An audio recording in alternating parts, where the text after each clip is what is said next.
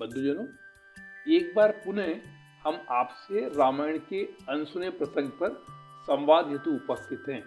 तो आइए हम सब मिलकर हर्षित हृदय से लंकापति रावण के अपार सामर्थ्य और शक्ति के धनी पुत्र मेघनाद तथा उसकी भार्या सुलोचना के बारे में चर्चा का श्री गणेश करते हैं। हमारी आपसे करबद्ध निवेदन है, कृपा कर वीडियो को अंत तक श्रवण कर लाइक, सब्सक्राइब तथा शेयर कर अनुग्रहित करें। श्री रामचंद्राय नमः। आदो राम तपोवनादि गमनम हत्वा मृगम कांचनम वैदेही हरणम जटायु मरणम सुग्रीव संभाषणम बाली निर्जलनम समुद्र तरणम लंकापुरी दहनम पश्चात रावण कुंभकर्ण हननम एतुदि रामायणम। अर्थात यह श्लोक एक श्लोकी रामायण से लिया गया है, जो पूर्ण रामायण का सार बताने वाला काफी प्रचलित मंत्र है। जहाँ रोज इस मंत्र का पाठ करने से रामायण पढ़ने की बराबर पुण्य मिलता है, वहीं इसके आदर्शों को जीवन में अपनाने से धर्म लाभ के साथ मन शांत होता है और विचारों की नकारात्मकता दूर होती है, क्योंकि भगवान राम का नाम स्वयं में एक महामंत्र है।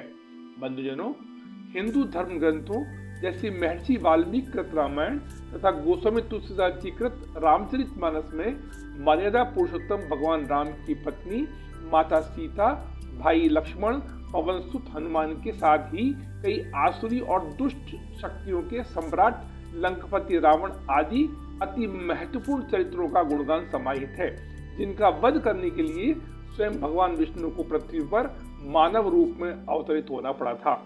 बंधुजनों, रावण का पुत्र मेघनाद, जो मय कन्या अर्थात रावण की पटरानी मंदोदरी के गर्भ से उत्पन्न हुआ था, भी ऐसी ही एक दुष्ट, आसुरी तथा पराक्रमी शक्ति के साथ अदृश्य होकर युद्ध करने की कला में प्रवीण था, जिसे इंद्र पर विजय प्राप्त करने के कारण इंद्रजीत भी कहा जाता था। बंधुजनों, पौराणिक अनुश्रुति के अनुसार रावण ने अपनी अपार शक्ति से न केवल देवताओं का राज्य छीना था, वरन सभी ग्रहों को कैद कर मेघनाद के जन्म के समय उच्च राशि में स्थापित होने का आदेश भी दिया था। लेकिन जन्म के ठीक पहले शनि देव के द्वारा अपनी राशि बदलने के कारण मेघनाद अपराजय व दीर्घायु नहीं हो सका। फलस्वरूप रावण ने क्रोध में आकर शनि के पैर पर गदा से प्रहार किया, जिसकी वजह से शनि की चाल में लंगड़ाहट आ गई थी। जन्म लेते ही मेघनाद ने मेघ के समान गर्जना की थी, अतः ब्रह्मदेव के द्वारा मेघनाद नाम से भी इसे संबोधित किया गया था। मेघनाद ने युवावस्था में दैत्यों के गुरु शुक्राचार्य के सौजन्य से सप्त यज्ञ कर भोलेनाथ के आशीर्वाद से दिव्य रथ, दिव्यास्त्र और तापसी माया प्राप्त की थी। बंधुजनों, सुलोचना अर्थात सुंदर नेत्र वाली, जो सुलक्षणा के नाम से जानी जाती है, वासुकी नाग की पुत्री तथा रावण के पुत्र इंद्रजीत की पत्नी थी।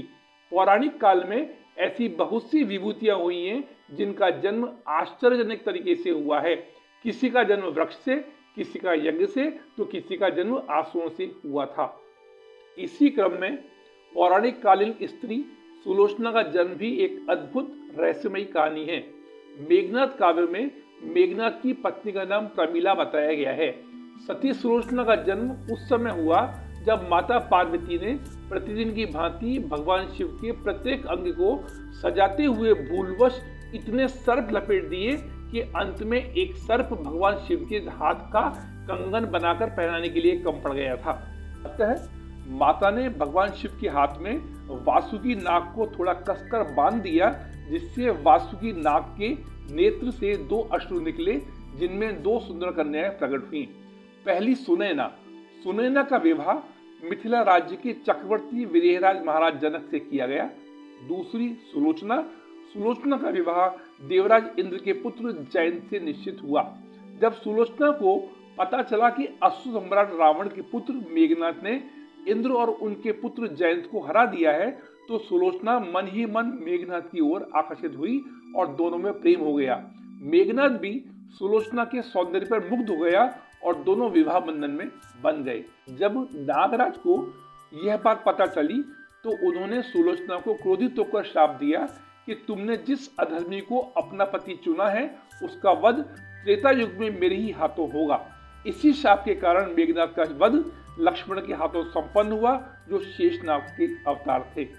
बंधुजनों, जब लक्ष्मण रावण के पराक्रमी पुत्र इंद्रजीत का वध करने की प्रतिज्ञा लेकर युद्ध भूमि में जाने के लिए प्रस्तुत हुए, तब राम उनसे कहते हैं, लक्ष्मण, रण में जाकर तुम अपनी वीरता और रण कौशल से रावण पुत्र मेघनाद का वध निश्चित ही कर दोगे, इसमें मुझे कोई संदेह नहीं है। परंतु एक बात का विशेष ध्यान रखना कि मेघनाद का मस्तक भूमि पर किसी भी प्रकार न गिरे, क्योंकि मेघनाद एक नारी व्रत का पालक है और उसकी पत्नी परम पतिव्रता है। ऐसी साध्वी के पति का मस्तक अगर पृथ्वी पर गिरा तो हमारी सारी सेना का ध्वंस हो जाएगा और हमें युद्ध में विजय की आशा त्याग देनी पड़ेगी। बंधुजनों, जब समर क्षेत्र में मेघनाद माया में युद्ध कर रहा था, तब विभीषण ने कुबेर की आज्ञा से श्वेत पर्वत से गुह्यक जल लाकर दिया था, जिससे नेत्र धोकर अदृश्य को भी देखा जा सकता था। रामदल के सभी प्रमुख योद्धाओं के द्वारा इस जल का प्रयोग किए जाने के कारण ही मेघनाद से युद्ध किया जा सका। परिणामतः रणभूमि में लक्ष्मण ने अपने बाणों से मेघनाद का मस्तक उतार दिया, पर उसे पृथ्वी पर नहीं गिरने दिया। हनुमान उस मस्तक को रघुनंदन के पास ले आए, क्योंकि श्री राम मेघनाद की मृत्यु की सूचना इसकी पत्नी सुलोचना को देना चाहते थे। अतः जब मेघनाद का वध हुआ तो उसका हाथ सुलोचना के समक्ष आकर गिरा, जिसने सुलोचना के कहने पर युद्ध का सारा वृत्तांत लिखा। हाथ ने लिखा, हे प्रिय, हाँ ये मेरा ही हाथ है। मेरी परम गति प्रभु श्री राम के अनुज लक्ष्मण, जो महातेजस्वी तथा दैवीय शक्तियों के धनी हैं, के हाथों हो गई है। मेरा शीश पवनपुत्र हनुमान ने श्री राम के चरणों पर रखकर मुझको सदगति प्रदान कर दिया है। बंधुजनों, सुलोचना को मंदोदरी ने परामर्श दिया, तुम स्वयं रामदल में जाकर अपने पति का शीश प्राप्त करो, क्योंकि जिस समाज में बाल ब्रह्मचारी हनुमान, परम जितेंद्रिय लक्ष्मण तथा एक पत्नीव्रती भगवान राम जैसे स्तुत्य महापुरुष विद्यमान हैं, उस समाज में जाने से तुम्हें डर और निराशा का सामना नहीं करना पड़ेगा। फलस्वरूप सुलोचना रथ पर आरूढ़ हो अपने पति मेघनाद का शीश लेने श्री राम के पास जाती है। बंधुजनों, सुलोचना को आता देखकर मर्यादा पुरुषोत्तम उनके समक्ष गए। सुलोचना भगवान की स्तुति करने लगी। नीलाम भुज श्यामल कोमलांगम, सीता समारोह पितवाम भागम, पाणो महासायक चारु चापम, नमामि रामम रघुवंशनाथम। भावार्थ यह है कि नीले कमल के समान श्याम और कोमल जिनके अंग हैं, श्री सीता जी जिनके वाम भाग में विराजमान हैं और जिनके हाथ में क्रमशः अमोघ बाण और सुंदर धनुष है, उन रघुवंश के स्वामी श्री रामचंद्र जी का मैं वंदन करती हूँ। बंधुजनों, श्री राम ने उसे बीच में ही टोकते हुए कहा, देवी, मैं आपसे प्रसन्न हूँ। आप बड़ी ही पतिव्रता हैं। आपके सतीत्व से विश्व थर्राता है। आपके ही कारण आपका पति अति पराक्रमी था। कृपया आपका हेतु बताएं जिस कारण आपका आगमन हुआ है। सुलोचना ने कहा, हे त्रिकालदर्शी, मुझे आपके दर्शन हो गए हैं, जो सौभाग्य की बात है। मेरा जन्म सार्थक हो गया है। अब मैं अपने पति के साथ सती होना चाहती हूँ। अतः आपसे प्रार्थना है, कृपया मेरे पति का शीश प्रदान कर कृतार्थ करें। तत्पश्चात राम के आदेश पर सुग्रीव द्वारा मेघनाद का शीश सुलोचना को आदर सहित प्रदान कर दिया गया। बंधुजनों, वानरगणों ने पूछा, देवी, आपको ये किसने बताया कि मेघनाद का शीश हमारे पास है? सुलोचना ने कहा, मुझे स्वामी के हाथ ने बताया। इस बात पर वानर हंसने लगे और कहा कि ऐसे में तो यह शीश भी बोलेगा। फलस्वरूप सुलोचना ने प्रार्थना की कि अगर उसका पतिव्रत धर्म सत्य है तो स्वामी कृपया हंसिए और मेरे धर्म की रक्षा कीजिए। इतना कहते ही मेघनाद का कटा हुआ शीश हंसने लगा। यह दृश्य देख सबने सुलोचना के पति की व्रत का सम्मान कर नमन किया। बंधुजनों, जब पतिव्रत धर्मा सुलोचना जानने लगी, तब लक्ष्मण से कहा, हे सुमित्रनंदन, आप भूलकर भी ये गर्व मत कीजिएगा कि आपने मेरे पति का वध किया है। मेरे पति का वध और धराशायी करने का पराक्रम विश्व में किसी के पास नहीं है। जहां आपके साथ आपकी पत्नी के सतीत्व की शक्ति है, वहां मैं भी पति चरणों में अनुरक्ति रखने वाली उनकी अनन्य उपासिका हूँ। अंतर मात्र इतना सा है कि मेरे जीवन आराध्य ने अधर्म का साथ दिया।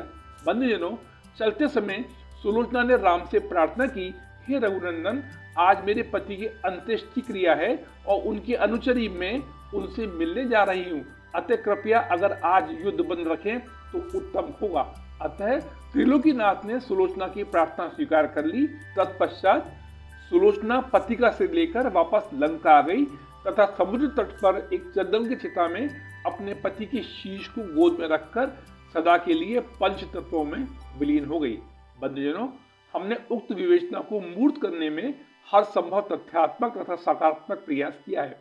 फिर भी अगर कोई त्रुटि रही हो तो उसके लिए हम जगत पालक सर्वशक्तिमान आराध्य श्री राम, जो संपूर्ण लोकों में सुंदर तथा रणकिला में धीर, कमल नेत्र, रघुवंश नायक, करुणा की मूर्ति और करुणा के भंडार रूपी हैं, के श्री चरणों में नमन करते हुए शरण में लेने की प्रार्थना के साथ अपनी वाणी को विराम देने के लिए क्षमा प्रार्थी हैं।